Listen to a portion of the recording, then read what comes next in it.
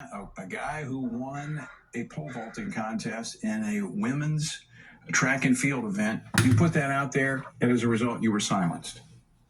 Yeah, absolutely. I certainly had no idea that the post would go viral, but the truth has a way of getting out. And so last Monday night, a week and a half ago, this young man won the Maine State Championship for the pole vault in the girls category. And I posted side-by-side pictures of him on the podium in fifth place as a boy last year, and then in the first place spot this year in the girls category. And I think folks seeing that side-by-side visual kind of was shocking to people. And that is what I have been silenced over, is speaking up for those girls who were standing there next to him in second place, displaced from the top of the podium by a biological male.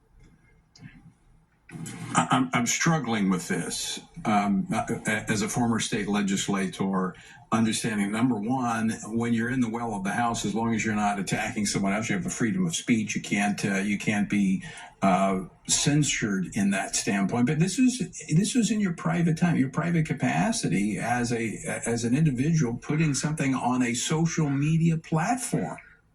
How did they have the right to silence you for that? Well, I don't believe that they do have the right. That's still in question. But it is unprecedented.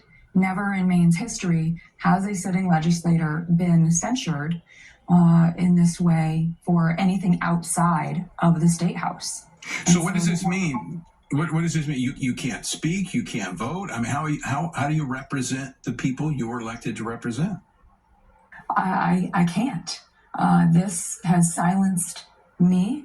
This has silenced Maine girls, and this has silenced my constituents, all 9,000 of them that elected me to represent them. I no longer can be their voice in the State House, and I cannot vote for them. And I do not believe that is constitutional. So what are the next steps for you?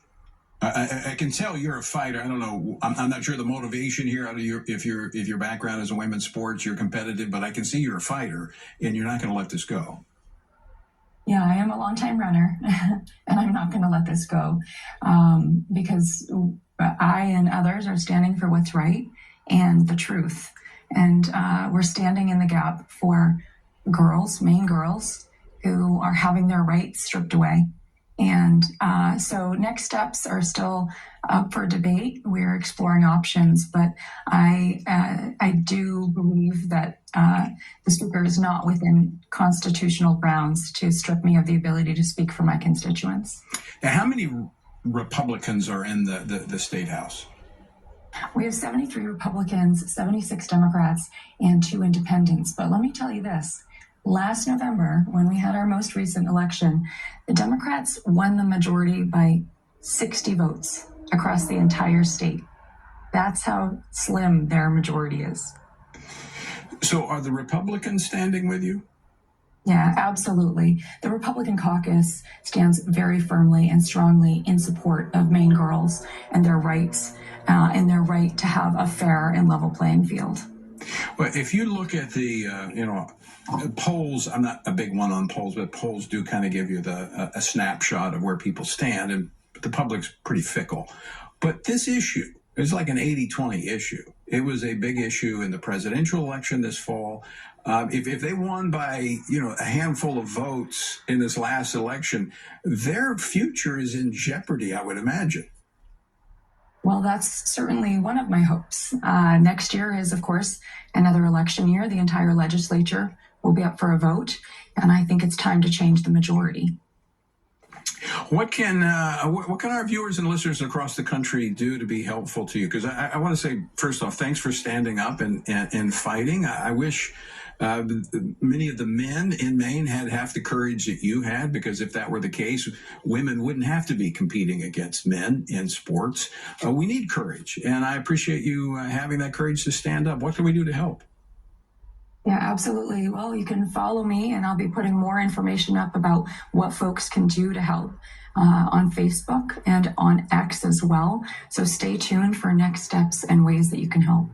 One final question for you, Libby. How, Representative Libby, how can our folks pray for you? You may hear that my voice is a little scratchy. I've been feeling a little under the weather. So that's certainly one this winter. All right, we'll be praying for that and praying for your staying power on this and that you prevail. Thanks so much for joining us today. And again, thanks for taking a stand. Thank you. State Representative Laurel Libby in Maine. So, folks, we're seeing this across the country. We see men and women who are taking a stand. A lot of women taking a stand, which I appreciate. I wish more men were out there taking a stand. But as we see these women taking a stand in these elected roles, we need to support them, pray for them, encourage them. Maybe you need to step forward and run for a school board, run for state legislature, run for city council. Look, this is a moment that won't be repeated in the near future, maybe not in our lifetime. We need to seize this moment. All right, don't go away. More Washington Watch straight ahead.